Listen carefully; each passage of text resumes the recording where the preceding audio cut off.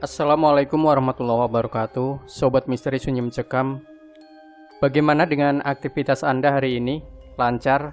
Tidak ada hambatan apapun? Mudah-mudahan seperti itu ya. Senang sekali bisa kembali berjumpa dengan Anda. Tentunya seperti biasa pula kami akan menyuguhkan cerita-cerita misteri yang menarik untuk Anda simak. Nah, kesempatan kali ini kami akan berbagi sebuah kisah nyata misteri yang berjudul Ditemui hantu yang menagih hutang. Jika kita mempunyai utang sampai lama belum bisa mengembalikan, biasanya orang yang menghutangi kita akan menagih. Kalau terjadi hal seperti itu memang wajar, tetapi yang akan saya sampaikan ini memang aneh, sebab penagihan itu berasal dari alam gaib. Adapun kejadiannya seperti yang akan saya ceritakan, beberapa tahun yang lalu di Gunung Sawit yang ada di Kabupaten Kulon Progo, terjadi hal yang aneh tetapi nyata. Hal ini dialami oleh Kang Resa di Krama. Ia kehidupannya bertani dan deres atau mengambil nira dari pohon kelapa. Sebagai petani ia mengerjakan sawah meskipun tidak luas. Sawahnya itu ditanami padi dan palawija. Kalau musim penghujan, sawah itu ditanami padi. Namun kalau musim kemarau tidak bisa ditanami padi karena kering. Jadi sawahnya itu termasuk sawah tak ada hujan, ada airnya kalau musim penghujan. Kalau musim kemarau tidak ada airnya, maka lalu ditanami ketela, jagung, cantel, ubi jalar, ketela atau pohung, dan sebagainya. Semua pengerjaan sawah itu ditangani sendiri, jadi tidak mengeluarkan uang sepeser pun untuk memberi upah. Tetapi kalau masa panen yang menuai padinya dan mengangkut ke rumahnya, ia menyuruh orang upahan. Selain bertani, ia juga deres, mengambil nira dari pohon kelapa. Ada 10 pohon kelapa yang ia deres. Nira dari pohon kelapa itu diambil 2 kali sehari, yaitu pagi dan sore. Pagi mulai jam 7 sampai jam 9 waktu Indonesia Barat. Pekerjaan menyadap nira atau deres itu merupakan pekerjaan yang cukup berat. Kalau musim penghujan, Kang Resa di Krama harus memanjat pohon kelapa setinggi 7 meter sampai 12 meter.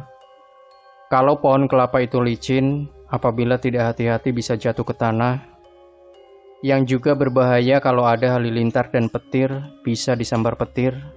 Jadi pekerjaan deres itu dalam bahasa Jawa disebut toh nyawa, bisa meninggal dunia kalau jatuh atau disambar petir.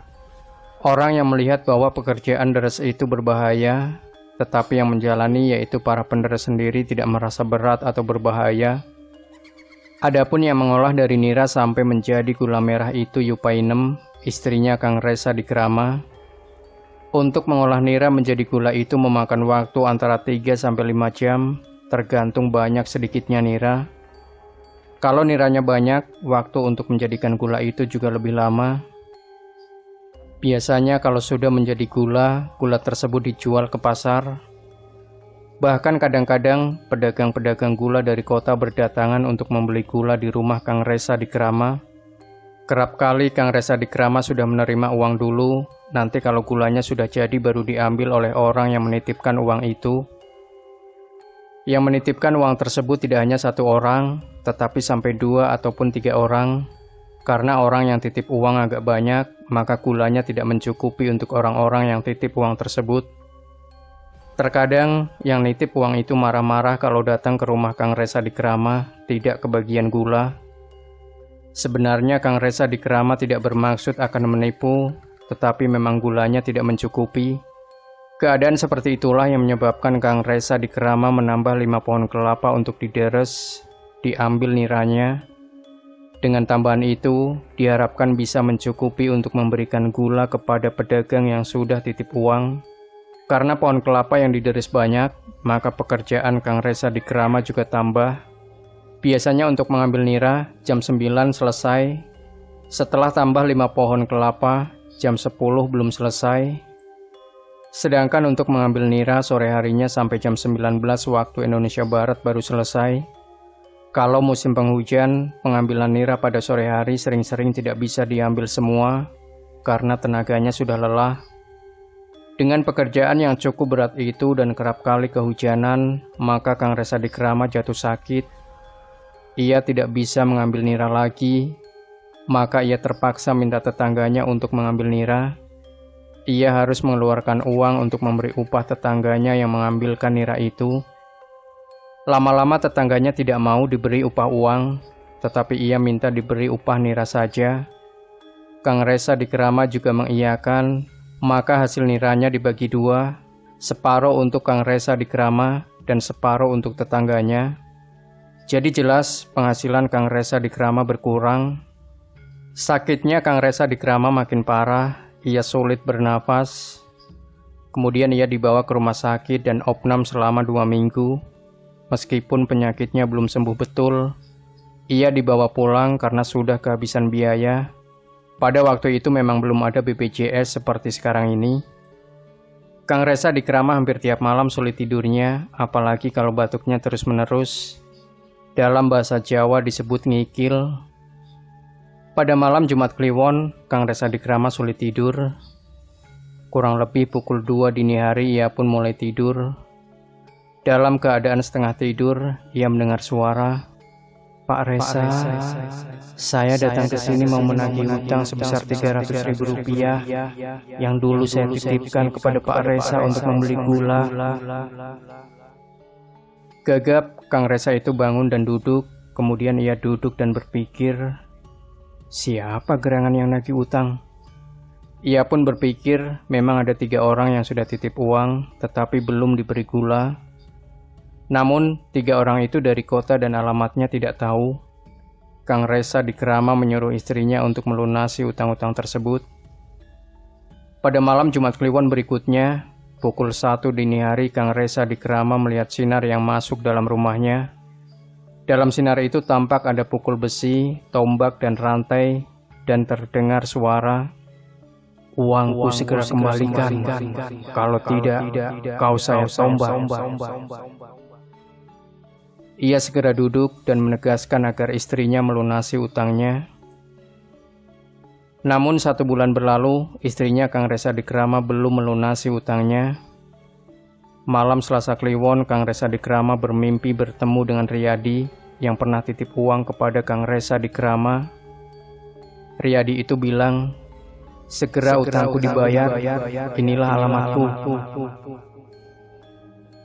Kang Resa di Kerama lalu bangun dan ingat pada Pak Riyadi. Tapi aneh, waktu datang dalam mimpinya, Pak Riyadi itu dari leher sampai kaki terbungkus pakaian putih, matanya sebelah tertutup plester putih, rambutnya disemir warna coklat, pada leher tergantung kalung besar dan ada gambarnya anak kecil sedang menetek ibunya. Paginya, Darta datang ke rumah Pak Resa di Kerama minta uang yang dititipkan itu. Kang Resa di Kerama juga memberi uang yang dititipkannya dulu. Kang Resa di Kerama bilang, "Tolong Pak Darta, istri saya diantar ke rumah Pak Riyadi untuk mengembalikan uangnya." Pak Darta menyanggupi. Pada waktu itu juga Pak Darta mengantar istri Kang Resa di Kerama ke rumah Pak Riyadi yang telah diberi alamatnya. Keduanya lalu pergi ke kota untuk mencari rumah Pak Riyadi. 1 jam kemudian sampailah ke rumah Pak Riyadi. Kemudian Bu Resa di Kerama mengetuk pintu dan bilang dengan bahasa Jawa, "Kula nuwun Bu." Dijawab dengan bahasa Jawa pula, "Monggo mlebet." Bu Resa di Kerama dan Pak Darta masuk. Kemudian Bu Resa di Kerama mengembalikan uang titipan dari Pak Riyadi, dan Bu Resa di Kerama mengucapkan terima kasih. Setelah menerima uang itu, Bu Riyadi menjelaskan bahwa suaminya sudah meninggal dunia. Bu Resa di Kerama juga mengucapkan ikut berduka cita atas meninggalnya Bapak Riyadi. Selanjutnya Bu Resa di Kerama dan Pak Darta minta izin untuk pulang. Jadi jelaslah bahwa Kang Resa di Kerama ditagih oleh arwah Pak Riyadi yang sudah meninggal dunia. Setelah Kang Resa di Kerama mengembalikan uangnya Pak Riyadi, ternyata penyakit Kang Resa di Kerama sembuh total. Wallahu a'lam bishawab. Semoga dari kisah ini kita bisa mengambil hikmah. Demikian Sobat Misteri Sunyi Mencekam. Jangan lupa tinggalkan komentar Anda, like, share video ini, subscribe channel Sunyi Mencekam, dan kembali nantikan cerita-cerita misteri terbaru dari kami. Wassalamualaikum warahmatullahi wabarakatuh.